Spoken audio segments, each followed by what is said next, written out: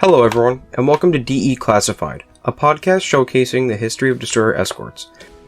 Each month, a member of the USS Slater's education crew will highlight a specific destroyer escort and share the stories of the sailors who served aboard these trim but deadly ships. My name is Andrew Lager, and it is my pleasure to tell you the story of the USS HOLDER, a ship that would only serve one voyage, but its actions speak for its valor.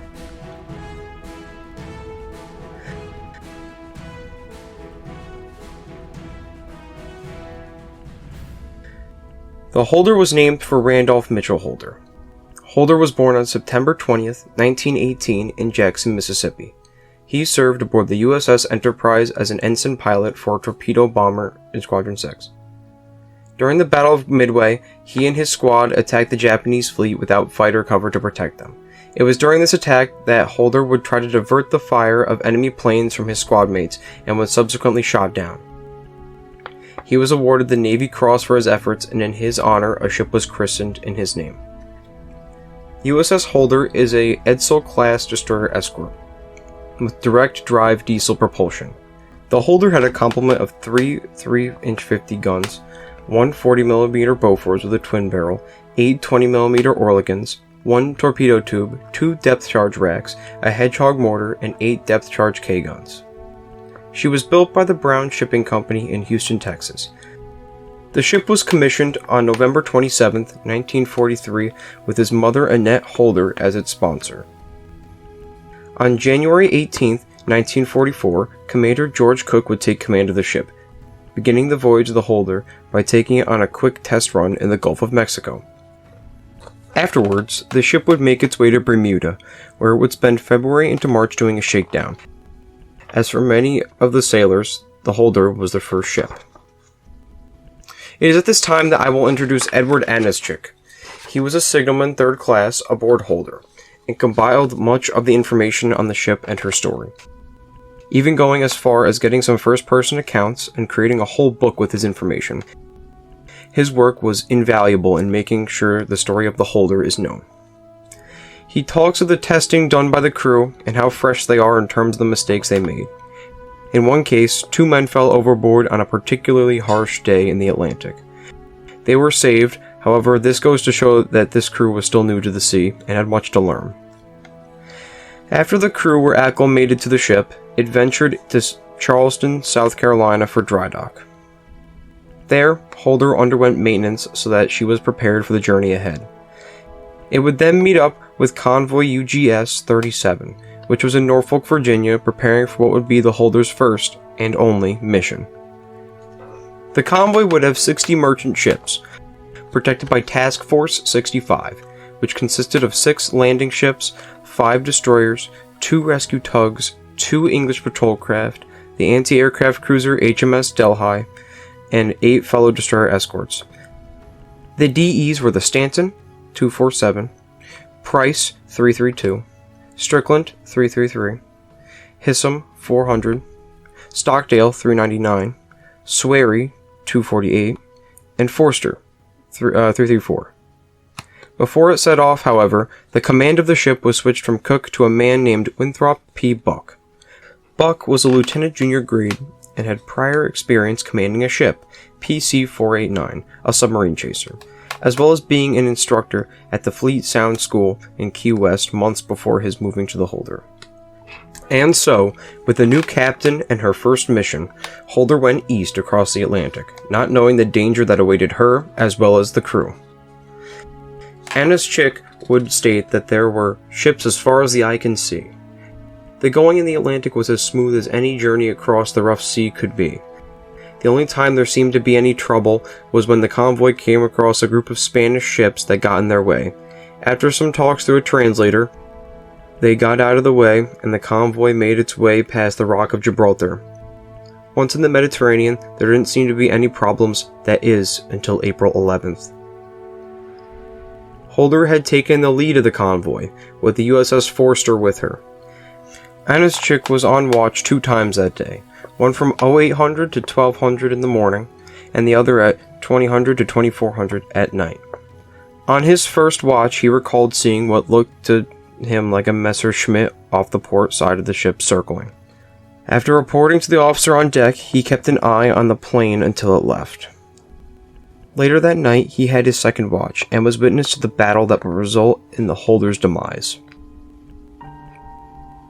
At 23:25, a flare dropped in front of the ship. Anischik reported it and general quarters were sounded. 2 to 3 minutes later, he saw 4 more drop slowly off the starboard side of the ship.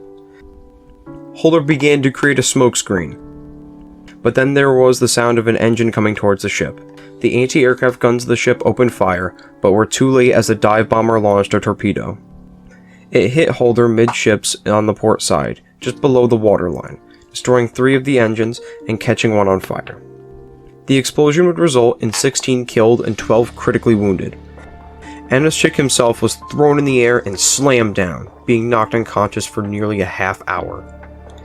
Bill Crocker, a fireman first class, was ordered to check the damage done by the torpedo. Looking through a hole in the deck, he saw 2 of the crew lying dead in the water. Jim Dennis, a gunner's mate striker, saw the pilot as he was firing at him.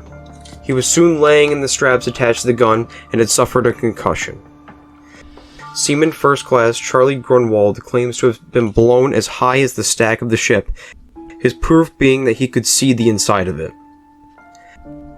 Eventually, with the help of the Forster and the rest of the task force, the planes were driven off. Holder would be the only ship damaged in the attack, and the sacrifice of both ship and crew saved countless lives in the convoy.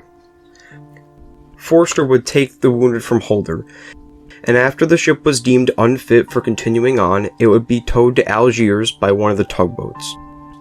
Once there, Holder was given enough repairs to make a trip back to the States. She would arrive at New York Harbor on June 9th. After analysis, it was determined that the cost to repair the damage done would be very high. On July 11th, the USS Menzies came into the harbor, also in need of repairs. Named after Herbert Menzies, a pilot who died in the attack of Pearl Harbor, she was built in Consolidated Steel Shipyard in Orange, Texas. The ship was a part of convoy GUS 38, and on May 3rd was attacked by a U-boat after trying to track it down with sonar. The damage sustained was in the aft of the ship, with the rudder and propellers being destroyed. It was brought to Bougie, Algeria, and given repairs for a journey back to the States. It was a huge coincidence that the damage from Menzies could be easily repaired by Holder's stern, undamaged from the blast. After discussion, it was determined that the Menzies had a better chance of successfully being repaired compared to the Holder. Over the course of August 14th through the 31st, the stern of the Holder would be welded to the Menzies.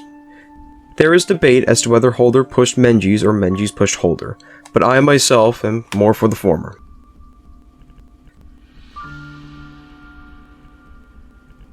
Menzies would come out of dry dock and go on a shakedown cruise from September 25th to October 20th. After that, it was put back on convoy duty and was eventually a part of the first hunter-killer group consisting of Coast Guard ships. On one such mission, it was actually able to get a confirmed kill on U-866 around Nova Scotia. In a way, it can be said that it got revenge for the damage caused to it prior. Menzies would serve through the war into 1947 when it was taken out of commission and was put into the reserves until 1971 when it was scrapped. As for the Holder, she would be decommissioned on September 13th and would serve as a weapons training platform for a few years until she was then subsequently scrapped. Winthrop P. Buck would receive the Legion of Merit for his actions. Edward Anischik would receive a Purple Heart for the injuries inflicted by the explosion. He would serve aboard the USS Panamint and participate in the Battle of Okinawa. While he did not actually get to meet him, he did see famous reporter Ernie Pyle leave to go ashore on the island, where he would get shot in an ambush by Japanese troops. After the war, Anischik would write and keep the histories of both Holder and Panamint, and would stay in touch with the crews of the Holder and its comrades, even participating in some reunions in the early 90s.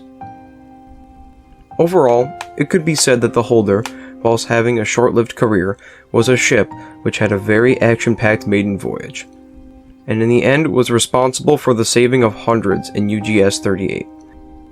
For the acts of valor by ship and crew, it's no wonder why they gave destroyer escorts a description of trim but deadly.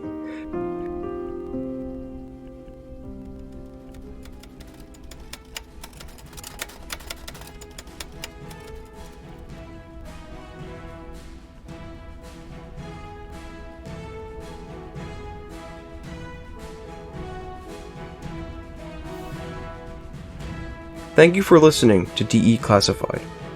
This podcast is brought to you by the Destroyer Escort Historical Museum aboard USS Slater. You can find a transcript of this episode, accompanying photos, and a bibliography at ussslater.org/DE Classified. I'm Andrew Lager, and I hope you'll join us next month, special 25th anniversary podcast.